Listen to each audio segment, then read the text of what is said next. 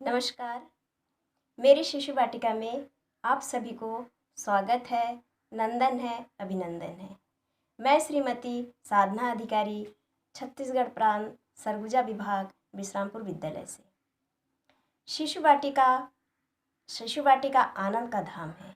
नित्य नूतन गतिविधियों और नए नए अनुभव आनंद के स्रोत होते हैं। आनंद से अनुस्यूत होकर ही जीवन विकसित होता है। इस दृष्टि से शिशु वाटिका में आयोजित हो सके ऐसा कुछ कार्यक्रम में से एक है समूह भोजन। तो आइए हम सब चलते हैं समूह भोजन की ओर। जिस प्रकार भोजन दैनंदिन कार्यक्रम है, उस प्रकार से समूह भोजन भी कभी कभी आयोजित करना चाहिए।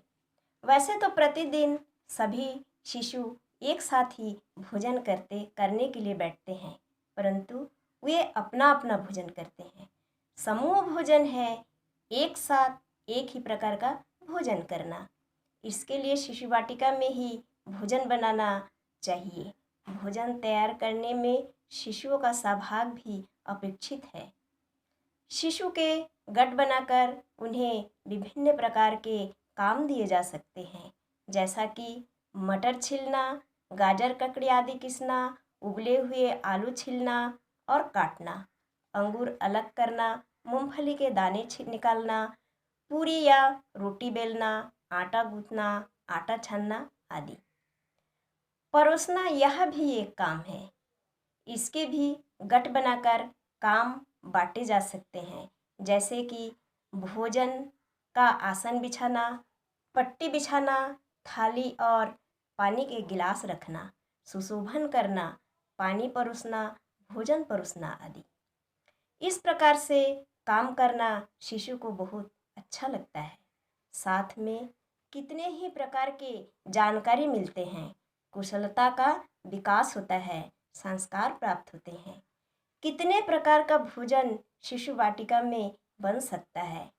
रोटी या पूरी सब्जी, पोहे, फलों की चाट, उपमा, अंकुरित धान्य, लड्डू, चिवड़ा, फल, सब्जी, फूल, मूंग आदि की भेल, खिचड़ी, इडली, ढोकला, गाजर का हलवा, खीर, प्रांत अनुसार विभिन्न व्यंजन आदि।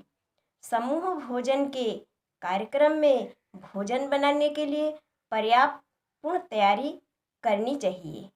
विभिन्न कामों के लिए शिशुओं के गठ बनाए जाते हैं, तब इतनी बातों का ध्यान रखना आवश्यक होता है।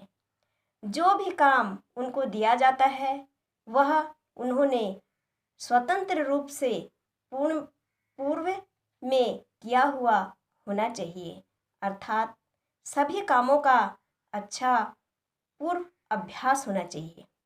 सभी काम करने में आचार्य ने दूर रहकर ही संरक्षण करना चाहिए। बहुत सारी सूचनाएं नहीं देना चाहिए। उन्हें अपने आप काम करने देना चाहिए, तो भी अनावश्यक विलंब न हो इसकी भी ध्यान रखना चाहिए। जहाँ आवश्यकता हो वहाँ आवश्यकता करनी चाहिए। शिशुओं को दखल न लगे उस प्रकार से सहायता करनी चाहिए। भोजन बनाने में चूल्हे का उपयोग किया जाता है। शिशुओं को चूल्हे से पर्याप्त दूरी पर रखना चाहिए। प्रारंभ से लेकर अंत तक के सभी काम धैर्य और शांति से पूरे करने चाहिए। कोलाहल एवं धांधली न हो इसका ध्यान रखना चाहिए। आचार्यों की, सहायकों की स्वच्छता और व्यवस्थितता की आदत बनी हुई होनी चाहिए, तभी कार्यक्रम में भी स्वच्छता और व्यवस्थितता आती है। शिशुओं को बिना बताए इसके संस्कार प्राप्त होते हैं। कार्यक्रम का समय नियोजन करना चाहिए। सब काम निपटने की बहुत जल्दी भी नहीं करनी चाहिए और अनावश्यक रूप से काम बढ़ना भी नहीं चाहिए। प्रारंभ से लेकर अंत तक 1.5 घंटा समय ठीक होता है। कार्यक्रम के बाद उसके विषय में बातें करने के लिए, रोमांच का अनुभव करने के लिए शिशुओं को थोड़ा मुक्त समय देना चाहिए।